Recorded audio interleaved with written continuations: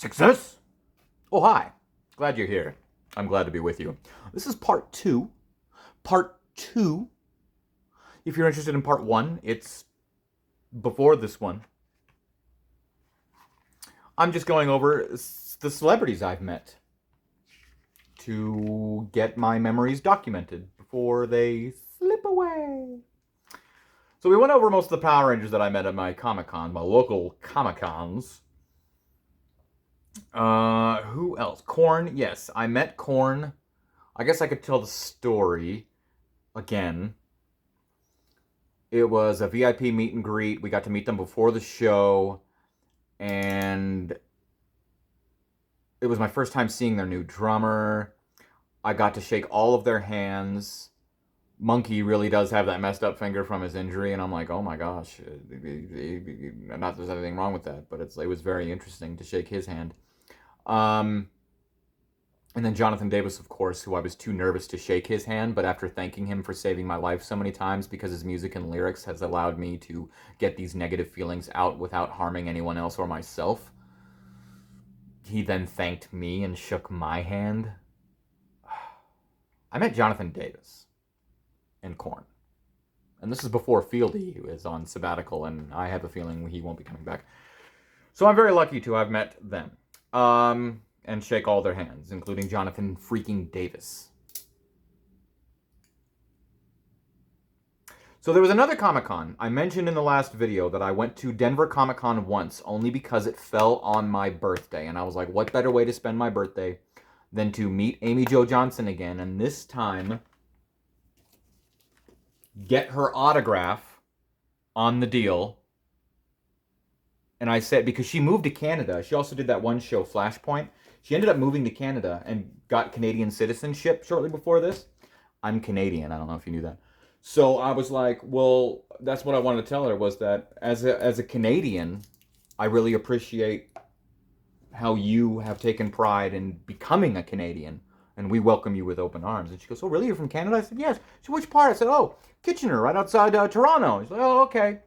And that was it. She seemed a little out of it because she had barely just made it that day from her flight just landing, so she was a little jet lagged, a little grumpy. Plus, I think her and Jason David Frank had a kind of a falling out or something. I mean, this is just my speculation, because all of a sudden in that one, their tables were like opposite sides of a giant room. They were nowhere near each other, and I knew that Jason David Frank was like obsessed with her. Who isn't?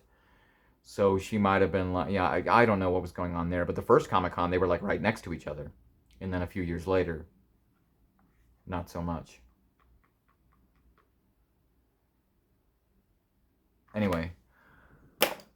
But this particular Comic-Con on my birthday in Denver wasn't just about meeting Amy Jo Johnson, again, to get her autograph.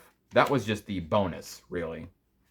My other main reason for like, what would I want to do on my birthday, was the fact that also at that Comic-Con, long story short, when I was younger in high school, I was a little too obsessed with the Scream film. Excuse me, the film Scream. And by too obsessed, I mean it would be a really long story that I shouldn't tell. But I was a big fan of the original Killers, spoiler alert, for the original Scream. So when I heard that both Matthew Lillard and Skeet Ulrich, no wait, these were separate. Matthew Lillard I met at a Colorado Springs Comic-Con. First. No, Skeet Ulrich was first. Skeet Ulrich I met at the Denver Comic-Con. He had a huge line, and we were waiting. Huge line. Mostly middle-aged women, because of his stint on, what is it? The CW show. Whatever that is. Anyway. And Scream fans. So I got to meet the original Scream killer, Billy. Skeet Ulrich. And I'm like, dude, huge fan. Nicest guy in the world. All he did was focus on my son, Flint. Oh, hey, oh, you're a dad. I'm a dad, too, and this and that. I could tell. Like, all he cared about was making my son smile, which was so sweet of him. Nicest guy in the world. I had him sign my little Scream... Oh, I guess I should grab that. I had him sign my little Scream thing. It's right over here on display. I got this with an action figure back in the day. My Ghostface action figure. This came with it. They made these really dope action figures. I think this is McFarlane. Little mini poster. So I had Skeet Ulrich sign it right there. He might have been after Matthew Lillard, now that I think about it. I think Matthew Lillard signed it first, and then when I gave it to Skeet Ulrich, I was like, I already had it signed by your partner in crime. And he was like, oh, okay, cool. So this one item is signed by both Matthew Lillard and Skeet Ulrich. And I met them, and I shook their hands. Didn't get a picture with them, but I have this. Because I remember when I met Matthew Lillard, also nicest freaking guy in the world. He wasn't even behind his table. He was standing up in front of his table and would converse with whoever was meeting him for a few minutes, not caring about whoever was in line. He really wanted to connect with his fans. It was amazing. Nicest guy in the world, really tall. So my son was on my shoulders when I met Matthew Lillard. I handed him this and he goes, what is this? And I was like, oh, it's a little mini book. He's like, yeah, but where did you get, like, he'd never seen this before. He's like, where did you get this? This is really interesting. I was like, oh, well, it came with a Ghostface action figure way back in the day. He's like, oh, well, that's really cool. And he was all excited. And my son was on my shoulders. And my son was dressed like a Power Ranger, so he had his Power Ranger mask on. But at the time, at my son's age, all he could really connect with was Scooby-Doo. And I was like, oh yeah, my son's a big fan of your what's his name? Shaggy? Whatever. He's a big fan of you, Scooby-Doo. He's like, oh, and then he does the voice for my son. He's like, oh, well, yeah. Like, he did the Shaggy voice for my son, who I'm sure had a grin ear to ear that we couldn't see because he was wearing a Power Ranger mask. So that was the sweetest thing in the world. And he was so nice to me. I remember bringing up to him, I was like, because I like to do deep cuts for celebrities, things that they don't really hear that much. And I said, oh yeah, I really like that movie, The Curve, which is a movie he was in about like someone's college roommate committing suicide. Or someone commits suicide and they find out that your grades are automatically A's if you have to deal, like if your roommate kills himself, so then they like plot to kill someone so that they can skate through the year or something like that. But I brought up that movie and he's like, wow, no one's ever brought that up to me. And I was like, oh, well, I discovered it on TV one day. So, I did that. And he's like, oh, okay. And what a big fan of Scream I was. So nicest guy in the freaking world. But now my son really appreciates having met him because not only is my son now a huge Scream fan, but my son, his literal entire life, was a huge fan of Five Nights at Freddy's. And of course, Matthew Lillard, spoiler alert, plays William Afton. So we get a kick out of, not only have we met Stu, but we've met William Afton. So that's very exciting. Anyway. So yeah, I got to meet both Skeet Ulrich and Matthew Lillard. Talk about a bucket list. I was very, very thrilled about that. Robin Paris from The Room mentioned that Juliette Danielle, she plays Lisa in The Room. Haven't met her, but I've communicated with her online, which is pretty cool because both Robin Paris and Juliette Danielle follow me on Instagram. Like, how cool is that when a celebrity follows you on Instagram? Speaking of, was Paul Street? Yeah, the other guy from The Room I've interacted with. And there's somebody else from The Room I've interacted with. Yeah, I've interacted with them. Okay, yeah, because I met them. Oh, yeah, Jason Narvi and Veronica Taylor. I volunteered at a Comic-Con once, and that was an amazing experience to get behind the scenes. Gary means Daniel Logan. Oh yeah, Daniel Logan, the original little kid Boba Fett from episode 2. But man, I got stories about this Comic-Con I volunteered at. Oh my gosh, let me tell you. What an experience that was. But first I'll mention, speaking of Instagram, I guess John DiMaggio would be on here. Maybe we'll get to that story when I get... Some of these names I don't really recognize. Who is that? But I met them. I volunteered at a Comic-Con once. And I was like, sweet, because it was at a mall one time, maybe twice.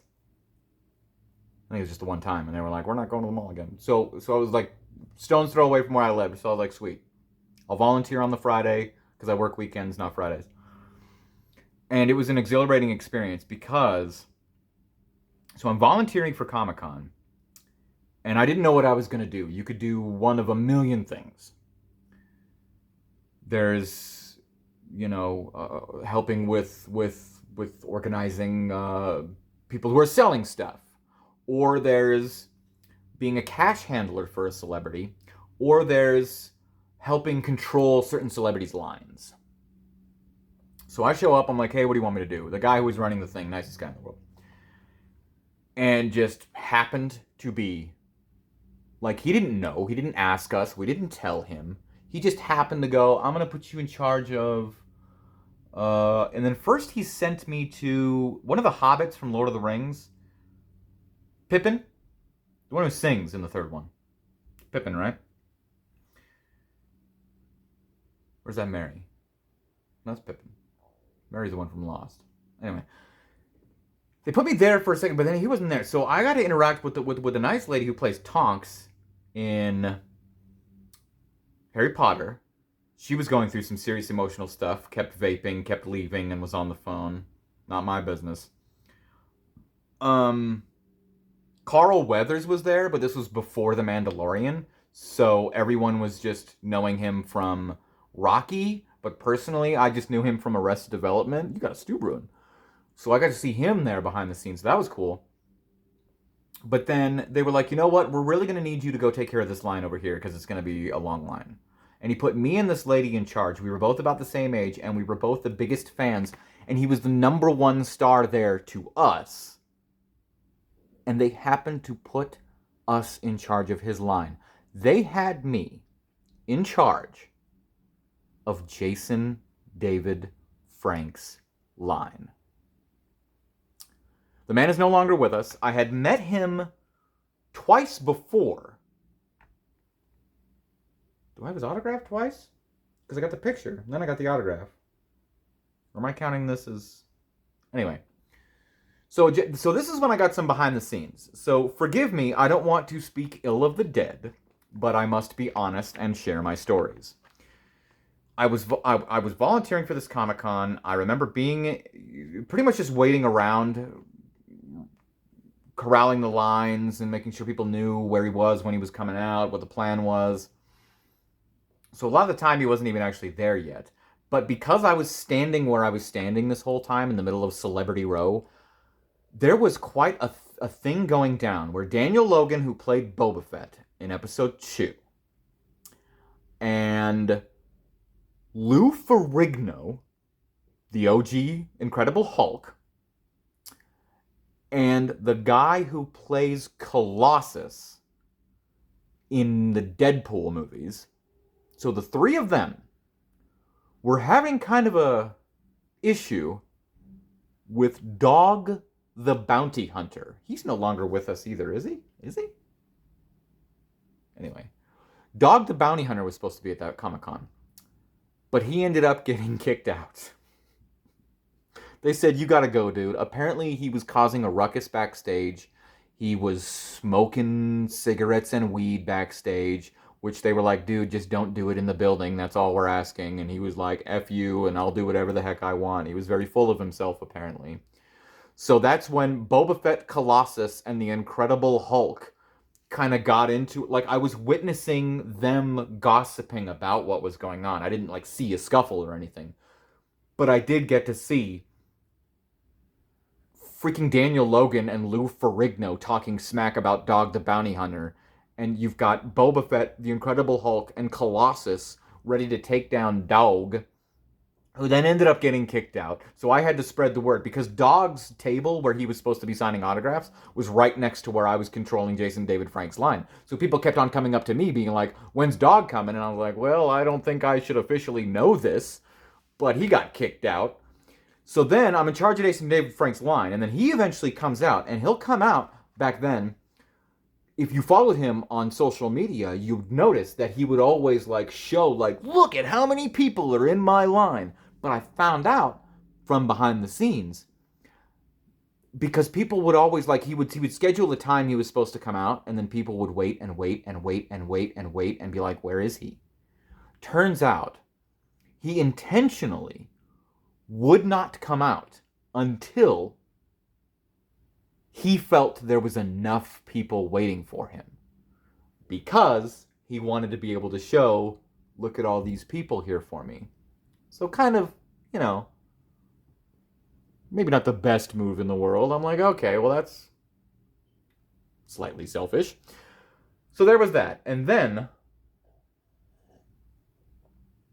the organizer of that Comic-Con, who was dressed up as Loki, huge horns and everything, back in the OG days of the first Avengers, he's like, look, Jason David Frank was there signing autographs, okay? And I was controlling the line. And there was a lot of people. And then the organizer comes up and he's like, oh, what's going on with it? They kept coming up to me like I was in charge. I'm just literally standing here to be like, this is Jason David Frank's line. That was my job, okay? And they're coming at me like I'm supposed to know something. So the organizer comes up to me. He's like, he's supposed to have a panel down the hall here in a few minutes. And I'm like, oh, okay. So what's the deal? I'm like, I don't know. What do you mean? He's like, well, there's all these people and we need to get moving. And I'm like, oh, okay. Should I stop the line? And he goes, no, don't stop the line. When it's time, we'll bring everyone who's in line with us to the panel, and then they can come back, retain their spot, and get the autographs, and we can continue. I'm like, okay, great. I'll let them know that. So I'm telling people this, and they're all asking me pricing of how much his autograph is, how much the picture is, and I'm like, I don't know. You'll have to ask them when you get up there, but what I've heard is, and then I would repeat what people have been telling me. Oh, I got a free picture, or oh, for this much, he'll do a picture and an autograph. So I was telling people that. Next thing I know, Jason David Frank stands up, walks over to me. Now, again, mind you, it was in part 1. I've met Jason David Frank before. Nicest guy in the world. Autograph, free picture, sticker for my son. Great guy. Awesome to his fans.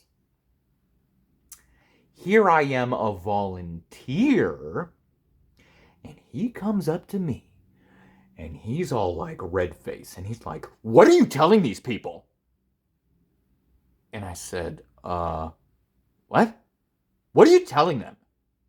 I was like, I'm just telling them that this is your line, and that your things are this much. And he's like, oh, yeah. Because I guess he didn't like that I was, like, they weren't supposed to know that they could get a special deal when they get up to the table. That was kind of like what happened to me when I didn't pay for the picture. He gave me one anyway. So I guess that was probably his way of looking like a better guy. I'll charge them this much, but if they don't pay it, I'll give it to them anyway, and they'll think I'm the nicest guy in the world. But I guess if you tell them ahead of time and then they go up expecting it, then he's not the nicest guy in the world, is he? He's just losing money. He didn't like that. So he was all scoffy with me. He didn't he didn't talk smack to me or anything like that, but you could tell he was visibly angry with me. An innocent volunteer wearing a shirt that said volunteer who was just doing what he was told. I'm like, huh, well, that's not the nicest thing in the world. So then he got all upset, and then he was like, I'm supposed to do a panel. You need to cut off this line. And I'm like, well, and that's all he said, and then walked away. And I'm thinking, like, well, if he would have let me explain. I already discussed that with the dude. I know what I'm doing. I was told to keep letting people come in line so that he didn't lose any money, and they would all go with him to the panel and come back. But I couldn't communicate that with him because he was too upset and walked away. And no one else communicated that with him. So then he just went to his panel, came back, did some more autographs, and then put that he was going to come back later. Come back later. So he was gone then. After all of this, he was gone. But he put up a sign. His people put up a sign at his table. We'll be back at this time. So people kept coming up to me when no one's in line. Now here's the trick. Because he put up that sign saying I'll be back at this time, people would go, oh, he's not going to be back until then? I'm like, correct. He's going to be back at this time. And they're like, but he's coming back? Yes. They told me he's coming back. So they would go, oh, okay. And they would leave. planning on coming back to get in line closer to that time. But because we were given a heads up, and because I was telling people, yes, he'll be back, but not till later, they didn't come back to get in line until later. But because of that, in his eyes, nobody was in his line. So he left early on a plane, bye-bye. And all these people I said, yeah, he'll be back. Oh, they came back. And they got in line. But he was gone. And they were disappointed. And all that was on me. Innocent bystander. So like I said, Jason David Frank was the nicest guy in the world to his fans. But then I had an interaction with him behind the scenes where he wasn't as nice to the help. All he wanted was to look like he was popular and to make as much money as possible. When he saw the slightest inkling that either of those things weren't going to happen, he left. So then, what do we do with Paul? We don't need him here in charge of this line anymore. There's no more deal. So I'm like, what do I do? And they said, why don't you go see if they need help at Murr's line? Murr from Impractical Jokers. Great guy. He said he loved the Comic-Con experience and he was going to convince the other guys to come next time. They never did. But he keeps coming back. So I go over to Murr. I'm like, hey, you guys need help with this line? They're like, no, we're good. I'm like, yeah, okay. I figured. There's like 3 of you here. So then I go back to the guy. I'm like, they said they're good. He's like, I don't know. Do this. And then next thing I know, this was like the very end of the weekend. This is a Sunday night, like a couple hours before it was closing for good. Next thing I know, they said, hey, we need you to relieve someone. They have to go. So right now, I need you to go over to this table.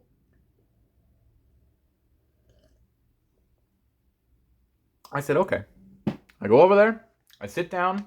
And for the last couple of hours of this Comic-Con that I volunteered for, I became the cash handler because the celebrities don't want to be, here you go. No, they don't want to take your money. They don't want to make this like a transaction. They just want to have a fun interaction with the fan. The fan pays the person next to them and then they move on. Okay? So I became the cash handler for a couple hours for Brian O'Halloran. He was supposed to be there that day. If you don't know who that is, you might be familiar with Clerks or any of Kevin Smith's films. He's the star of Clerks 1, 2, and 3. The guy who says I'm not even supposed to be here today. Next thing I know, I'm sitting next to this guy handling his cash, seeing him interact with his fans like amazing. And he didn't have to say a word to me, but he spent those 2 hours talking to me like the nicest guy in the world. And at the time, I had just lost my job, and I didn't know what I was going to do. And he's like, oh, hey, what do you do for a living? And I was like, well, I was a server, but now I'm not. Oh, yeah, you know, the service industry. My mother used to work at a hotel and this and that. And I understand how brutal that can be and how it might not be something you want to do. But, you know, he gave me, like, really good advice that changed my life. Because shortly after my interaction with him, I ended up getting a job that I wanted. And I work there to this day. In fact, it's my 5-year anniversary next week. So this must have been about 5.5 years ago or so, maybe 6 years ago. Yeah, about 5.5. Because then I got this other job, thanks to his advice. And I couldn't be happier. And this guy was just the nicest guy in the world to me. Where's his picture? I got his picture right here. Because like I said, I was a volunteer. So I didn't get his autograph or anything. I wasn't planning on it. But he was just the nicest guy in the freaking world to me. This guy. Nicest freaking guy in the world. So we're chit-chatting. He's telling me the behind-the-scenes story of what happened to the Clerks cartoon show and why that fell through. And he was like, it really sucks because we were about to be set for life. Like if it just got a couple more seasons, it was going to be syndicated. He was going to be set for life. But then that all fell through and this and that. And he was giving me the scoop on, at the time, Clerks 3 that wasn't even close to even beginning filming yet, but he was like, oh, it's going to be about this and that. I'm like, man, I'm getting like the inside scoop from this guy. So I'm like, this is just amazing. Nicest freaking guy in the world. And then when the day was over, like, he asked me to count his cash to make sure it all added up, and it was short. Like he was supposed to have so much depending on the stuff that he sold, and he didn't. And I'm like, oh crap! Like I'm sweating bullets. Like, is this guy gonna think that I stole from him? Am I gonna have like another Jason David Frank experience of like, what did you do? No, he was like, oh yeah, no biggie. I've been giving stuff out for free, and too, I like to, connect with my fans, so it's fine. It is what it is. I'm like, oh, sweet, nicest guy in the world. And then as I was leaving, so he's chumming it up with all these other celebrities. So because I am sitting next to him, I'm watching all these interactions with all these other celebrities and being like, hi. It was just such a surreal experience. And then as he was leaving, he had a little clerk's display and everything. He was like, hey, you want a picture? For free, because he was charging for these photos. But because I was a volunteer and he was appreciative for my help, he's like, hey, let's take a picture before you go. Take a picture with me. It's like, sometimes meet your heroes, you know what I mean? Because they're the nicest people in the world. So he was the nicest guy in the world. Later at the last Comic-Con I went to 2 years ago, both of them were there. So I got to get his autograph. There's only one return, and it ain't of the king, it's of the Jedi. So I got to meet him, and I told him how awesome he was when I met him, and he's like, oh yeah, that sounds like a bunch of baloney, and he's like, no, he's the nicest guy in the world. Like, they're both really nice guys. But for symmetry purposes, I wanted to get both of them. But then I finally, because like I said, I already met him, I had a picture with him. Because he came back, I wanted to thank him for that experience. And he put down, I'm not even supposed to be here today, of course. But I told him, and I showed him the picture. And I said, look, I volunteered the last time you were here in the Springs at one of these Comic-Cons. And you were the nicest guy in the world to me. And you were so kind. And you gave me great advice that changed my life. And I just wanted to thank you. So I thanked him. And he was very, like I could tell, he was very taken aback by how appreciative he was that I was appreciative. Like, that's why they do what they do. That's why they come to these Comic-Cons, because they change people's lives. To them, it's nothing. Sometimes, yeah, they're doing it for the money, obviously, because, man, they make so much money. So much money. They get paid to be there, and on top of that, they're getting $60 to $100 per autograph. I then learned eventually not to bring in my own stuff, like when I met Roger Rabbit, the guy who does the voice of Roger Rabbit. I wanted him to autograph the DVD, but I didn't realize that personal stuff they would charge more for. I thought you had to pay extra for the pictures. Little did I know at the time that when you pay for the autograph, the photo is included. I was like, oh, well then I'll stop bringing stuff and I'll just pick a photo for people to sign. So that it's not personalized. But the Roger Rabbit guy was cool about it. He was like, you know what, I won't charge you extra. I'll sign your DVD and it's cool. Roger Rabbit was actually when I first discovered my conscience as a child. Like the voice in my head, it was the voice of Roger Rabbit. So it was an honor to meet him at that first Comic-Con, I believe. Just saying. So, kind of glossed over that. But Brian O'Halloran, amazing guy. Met him twice, shook his hand. Great, great guy. Carrie Means, Daniel Logan, yep. Charles Fletcher. I know who these people are.